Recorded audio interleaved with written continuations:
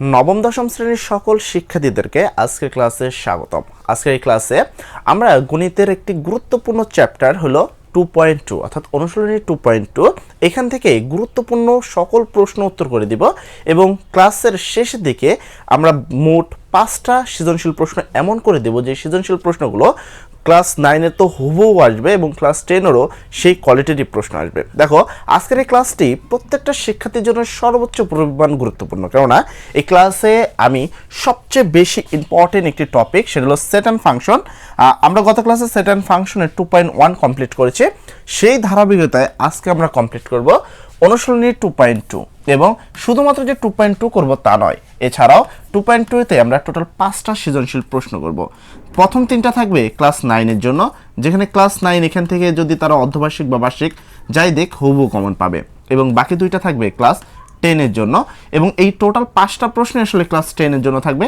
এই প্রশ্নই আসবে অথবা এই ধরনের প্রশ্ন এই ক্লাস 10-এর আসবে, তাই প্রত্যেকটা শিক্ষার্থীর জন্য এই ক্লাসটা হতে চলছে অনেকটাই গুরুত্বপূর্ণ। তো চলো, যারা এখন পর্যন্ত কিছুই পারো না, আশা করি আমাদের ক্লাসগুলো দেখে অনেক কিছু শিখতে পারছো এবং আমার আজকের চেষ্টা থাকবে যে যেন অনুশীলনী 2.2 একেবারে পানির মতো হয়ে যায় এবং তোমার যেন এখানে বিন্দুমাত্র সমস্যা না থাকে। আমি চেষ্টা করব যে তোমাদেরা যারা একান্ত কিছুই পারো না, বিশেষ করে যে সকল শিক্ষার্থীরা এমনও আছে যারা যোগ বিয়োগ পর্যন্ত পারো না, এই সকল শিক্ষার্থীরাও যেন কোনো সমস্যা না থাকে এই অধ্যায়টিতে, সেই চেষ্টাই আজকে আমি করব। তো চলো আমরা শুরু করি আমাদের আজকের এই ক্লাসটি অনুশীলনী 2.2।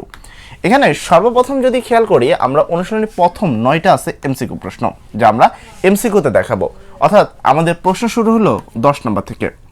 প্রশ্নে বলা হয়েছে যদি এ সমান একটা মান দেওয়া আছে, বি সমান আরেকটা মান দেওয়া আছে, এক্স এর মান হবে এ এবং তোমার এখানে বলছে হলো এক্স ইপসিলন এ, মানে এক্স এর উপাদান হবে এ এবং ওয়াই ইপসিলন বি, অর্থাৎ বি এর উপাদান হবে ওয়াই হলে এ ও বি এর উপাদানের মধ্যে সম্পর্ক নির্ণয় করো, অন্যায় নির্ণয় করো। অন্যায়ের অঙ্ক আমি আগেও বলছি, অঙ্ক হলো দুই ধরনের।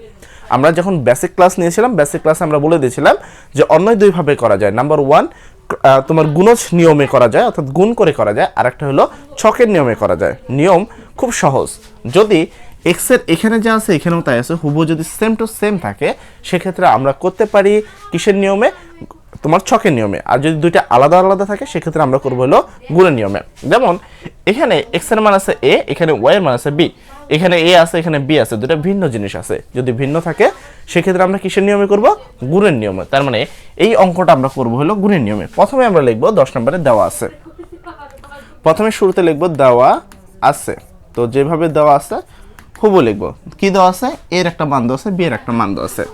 তাহলে আমরা লিখবো এ সমান সমান এর যে নির্দিষ্ট মান সেটা কত 3-4, সেই 3-4 আমরা এখানে লিখে দিব এবং বি এর একটা মান দেওয়া আছে, আমরা সেই বি এর মানটাও লিখে দিব। বি এর মানটা আছে কত তোমার 2,4, তাহলে বি এর মানটাও এখানে দেওয়া আছে। প্রশ্নে বলছে কি যে একটা অন্যায় নির্ণয় করতে হবে, যে অন্যায় সম্পর্ক হবে এমন এক্স ইপসিলন এ এবং ওয়াই ইপসিলন বি, মানে এক্স এর মান হবে এর উপাদান এবং ওয়াই এর মান হবে বি এর উপাদান। যেহেতু ভিন্ন সংখ্যা তার মানে এ আর বি কে কি করতে হবে, এ আর বি কে গুণ করতে হবে।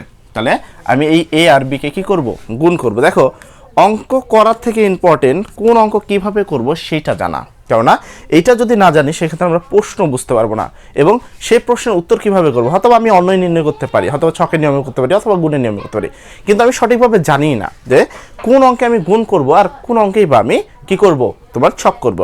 সেইটা জানা কিন্তু ইম্পর্টেন্ট। এটা যদি তুমি না জানো তাহলে কখনোই পরীক্ষা কেন্দ্রে তুমি কোনো প্রশ্নের উত্তরই করতে পারবে না। যেমনটা আমি বললাম যে এখানে একটা এ এবং এখানেও যদি এ, দুই জায়গায় যদি একই সংখ্যা থাকে সেক্ষেত্রে আমরা করবো হলো ছকের নিয়মে। আর এখানে একটা সংখ্যা এখানে একটা, দুই জায়গায় দুটো ভিন্ন সংখ্যা থাকে তাহলে আমরা করবো গুণের নিয়মে। যেমনটা এখানে এ ছিল এখানে বি ছিল, দুটো ভিন্ন নিয়ম ছিল, দুটো ভিন্ন থাকার কারণে আমি কি করব, আমি করব গুণের নিয়মে। তাহলে আমি করলাম গুণ। এখন এর জায়গায় আমি এর মান বসিয়ে দিব, এর মান কত 3-4, তাহলে আমি এখানে বসাবো 3,4। তারপর গুণ আছে, আমি এখানে বসাবো গুণ, তারপর কি 4 বি এর মান হলো 2-4, বি এর মান হলো 2-4। এবার আমরা নর্মাল যে গুণটা করি সেটা করব। প্রথমে আমরা গুণ করতাম এটার সাথে এটা, কিন্তু এখানে গুণ করতাম না, গুণ দেখাইতাম জাস্ট, যে এখানে কি 3-এর সাথে 2 করব, তাহলে 3,2। তারপরে আমরা গুণ করবো এই 3-এর সাথে কাকে, এই 4-কে, তাহলে 3 আর 4, তাহলে গুণ করলে রইল 3,4, সরি সেকেন্ড ব্র্যাকেট না ফার্স্ট ব্র্যাকেট, ওকে। তাহলে আমার এই 3 দ্বারা দুজনকে গুণ করা শেষ। এবার আমি 4 দ্বারা করব, 4 দ্বারা 2কে করলে 4,2, তারপরে 4 দ্বারা যদি 4কে করি তাহলে হবে কি 4,4, তাহলে আমাদের কিন্তু গুণ কমপ্লিট। দেখো অনেকে ভাবতে পারো যে 4 আর 2 গুণ করলে আমি 2,4 লিখলে কি সমস্যা? হ্যাঁ অবশ্যই সমস্যা, তুমি উল্টা করে লিখতে পারবে না, যেভাবে আছে সেভাবেই তোমাকে লিখতে হবে। তাহলে আমি কিন্তু এ আর বি এর মধ্যে কিছু সত্য পেয়ে গেলাম, কিন্তু অন্যয় নির্ণয় করতে হবে। অন্যয়টা কি হবে? এখানে এ আর বি হবে, আমি ইতিমধ্যে করছি যেগুলো, সেটা আমার প্রথমটা এ ছিল, পরেরটা আমার বি ছিল, তার মানে আমার এখানে এ আর বি আকারেই আছে। সম্পর্ক হলো এরকম আছে, এক্স তীর ওয়াই এরকম লেখা আছে। এর কথাটির মানে বুঝতে হবে তোমাকে। এই কথাটার মানে হলো এই চিহ্নটা কার দিকে আছে? ওয়াইয়ের দিকে। চিহ্নটা কার দিকে আছে? ওয়াইয়ের দিকে। আমি আমার বেসিক কনসেপ্ট ক্লাসে অথবা 2.1 এর ক্লাসের মধ্যে এটা ক্লিয়ার করছি যে যার দিকে তীর থাকে সে হলো ছোট, যার দিকে তীর থাকে সে ছোট, আর উল্টাটা হলো বড়। তার মানে এক্স এর মান বড় হবে আর ওয়াই মান কি হবে? ছোট হবে। আবার এক্স ওয়াই কোনটা? এক্স ওয়াই হলো কমা থাকে, কমার আগে যে অংশটা তাকে বলি আমরা এক্স, এবং কমার পরে যে অংশটা তাকে আমরা বলি ওয়াই। এবার এই ধরনের নির্ণয়গুলো আমরা এখানে নিব।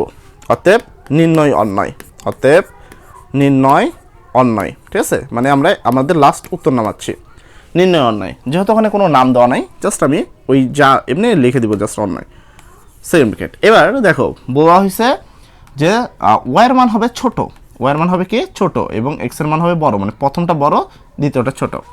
দেখো প্রথমটা বড় আছে, দ্বিতীয়টা ছোট আছে, এক্সের মান বড় ওয়াইয়ের মান ছোট, তার মানে এটা গ্রহণযোগ্য। সরি আমি এক্স ওয়াই লিখতেছি কেন, এখানে আমরা লিখবো কি 3,2।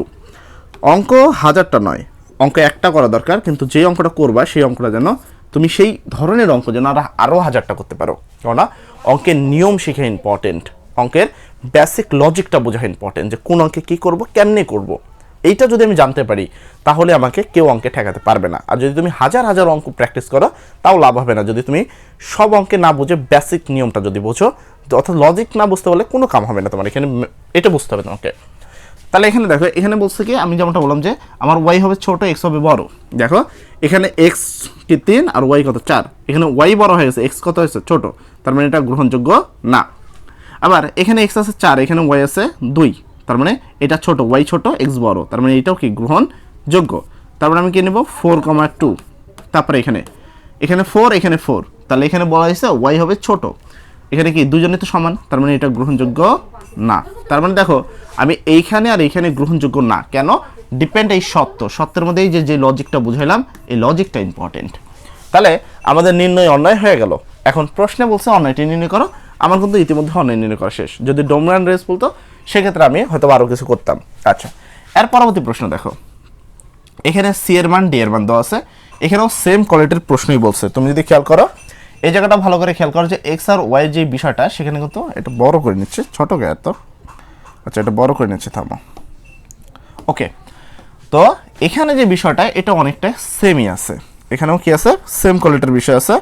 যে এখানে বলছে এক্স ইপসিলন সি এবং তোমার কি ওয়াই ইপসিলন ডি, তাহলে এখানেও সেম, এটাতে সি আছে, এস ডি আছে, দুটো ভিন্ন জিনিস আছে। আর ভিন্ন যদি থাকে, আমি যেমনটা বললাম, দুইটা যদি সেম থাকে তাহলে ছকের নিয়মে, আর ভিন্ন থাকলে কিসের নিয়মে? ভিন্ন থাকলে হলো গুণের নিয়মে। তাহলে আমাকে কি করতে হবে? অন্যটা কি করতে হবে? গুণের নিয়মে করতে হবে। এখন গুণের নিয়মে যদি করতে হয় তার মানে সি আর ডিকে গুণ করতে হবে, তার জন্য অবশ্যই উদ্দীপক থেকে আমাকে সি আর ডি তুলে নিতে হবে। তো আমি সি আর ডি তোলার আগে সবার আগে এটা কাটবো, তো এটা কেটে এইগুলো কেটে দিব, দিয়ে আমি পরেরটা করবো। তো আমি সেমভাবে লিখবো, দেওয়া আছে যেমনটা আমি করেছিলাম আগেরটায়। তো আমি এখানেও লিখবো দেওয়া আছে কি সি এর যে মানটা আছে সেটা আমি এখানে লিখবো। সি এর মান কি আছে? 2,5, তাহলে 2,5, এবং এখানে একটা ডি এর মান দেওয়া আছে, যেহেতু এখানে কিছু লেখা নেই, ডি লেখা আছে, আমি জাস্ট ডি লিখে দিলাম। ডি এর মান দেওয়া আছে কত? দেওয়া আছে 4, 6, 7, তাহলে দেওয়া আছে কত? 4, 6, 7। ওকে, ডান। এর পরবর্তীতে যেমনটা এখানে কি এটার এটা ভিন্ন ছিল, ভিন্ন থাকার কারণে আমি কি করব? ভিন্ন থাকার কারণে করব গুণ। তাহলে আমি কি করব? এই সি আর ডি কে গুণ করে দেব, সি গুণন ডি সমান সমান। এখন আমি এখানে মান বসিয়ে দিব, সি এর মান কোনটা? এই যে 2,5 যেমন আছে, সি এর মান কি গুণ আছে, এই যে গুণ, ঠিক আছে। এবার কি ডি এর মান কত? 4, 6, 7, 4, 6, 7 আমি এখানে বসিয়ে দিলাম। এবার আমার যেটা কাজ সেটা হলো আমার গুণ করা, তো আমি গুণটা কমপ্লিট করব। গুণ করার নিয়ম কি? প্রথমটার সাথে এটা, তাহলে 2 এর সাথে যদি 4 করি তাহলে 2,4, তারপর 2 এর সাথে 6 গুণ করলে কি হবে? 2,6, তারপর কি 2 এর সাথে 7, তাহলে কি 2,7 হয়েছে। তাহলে আমার 2 এর সাথে সবাক করা হলো, এবার কি 5 এর সাথে 4, তাহলে কি এখানে হবে 5,4, 5 এর সাথে 6, তাহলে কি হবে 5,6, তারপরে কি 5 এর সাথে 7, তাহলে রইল কি 5,7 হয়েছে না। তাহলে গুণ কমপ্লিট হয়ে গেল, আমার এখানে কি হয়ে গেল গুণ কমপ্লিট। এবার আমাকে উত্তর নামাতে হবে। উত্তরটা কিভাবে নামাতে হবে, এখানে বলছে সত্যটা দেখো, এই যে সত্যটা কি দিয়েছে, বলছে x + 1 এরকম দিয়ে এরকম x এর যে মান আছে তার সাথে 1 যোগ করতে হবে, কিন্তু তীর কার দিকে x এর দিকে, তাও কি হবে এটা ছোট হবে, তীর যার দিকে সে ছোট, আর y এর মান কি হবে, y এর মান বড় হবে। মানে x এর সাথে 1 যোগ করার পরেও সেটা কি হবে ছোট, x এর সাথে 1 যোগ করার পরে সেটা কি হবে ছোট, আর y এর মান কি হবে বড়, এমন মানগুলো আমাকে নিতে হবে। চলো এবার আমরা লিখবো অতএব নির্ণয় অন্যায়। আমাদের কি শুধু অন্যায়ই বলছে, ডোমেন বলে নাই, তাহলে আমি কি করব নির্ণয় অন্যায়, ঠিক আছে, নির্ণয় অন্যায়, আমি এই কথাটা এখানে লিখে দিলাম। তো দিয়ে আমি এখানে হিসাব করব, দেখো এখানে 2 আছে, x এর মান কত আছে, x এর সাথে যোগ করে 1 করতে হবে, তাহলে এখানে 2 আছে, তার সাথে আমি 1 যোগ করলাম মনে মনে, তাহলে 2 এর সাথে 1 যোগ করলে 3, বলছে কি 3 যোগ করলেও কি হবে, এটা কি হবে y এর থেকে ছোট হবে। তাহলে দেখো এটা 1 মনে যোগ করলে কত 3 হয়, সেটা কিন্তু 4 থেকে ছোট, তার মানে এটা কিন্তু গ্রহণযোগ্য 2,4। এখানে আছে 2 এর সাথে 1 যদি যোগ করি তাহলে হয় 3, জাস্ট 6 থেকে ছোট, তার মানে এটাও গ্রহণযোগ্য 2,6। এখানে আছে 2 এর সাথে আমি 1 যোগ করলে হয় 3, আর 3 কিন্তু কি 7 থেকে ছোট, তার মানে সরি আমি 3 লিখতেছি 2,7, এটাও কি গ্রহণযোগ্য। 5 এর সাথে 1 যোগ করলে হয় 6, এখানে কি 6 কি 4 থেকে ছোট, এটা কিন্তু গ্রহণযোগ্য না।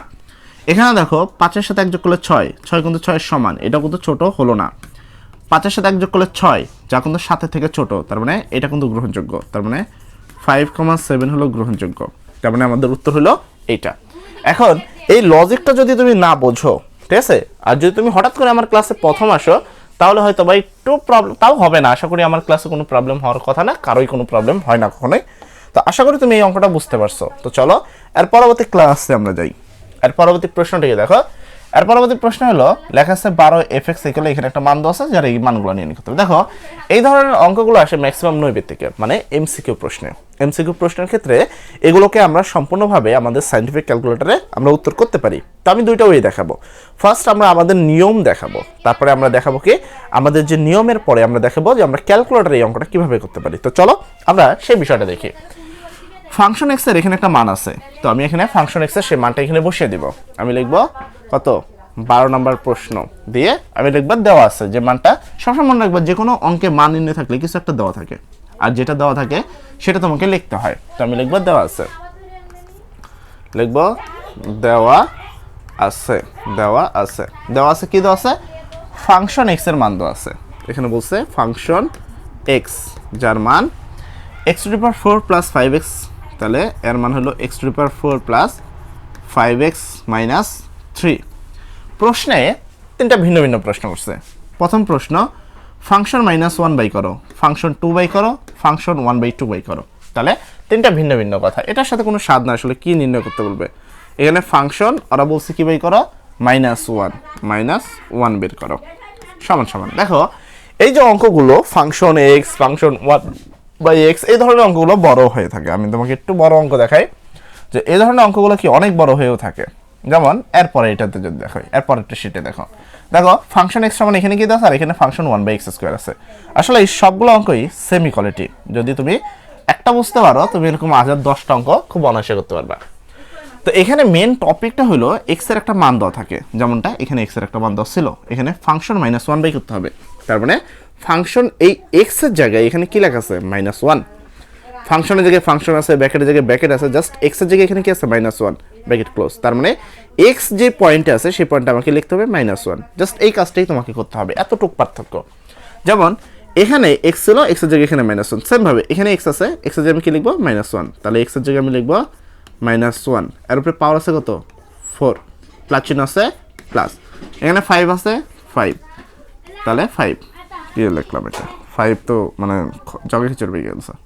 ওকে, তাহলে এখানে কি, এখানে 5 আছে 5। এবার এক্স, এক্স এর জায়গায় আমি কি লিখবো -1, তাহলে আমি এক্স এর জায়গায় লিখবো -1, -3।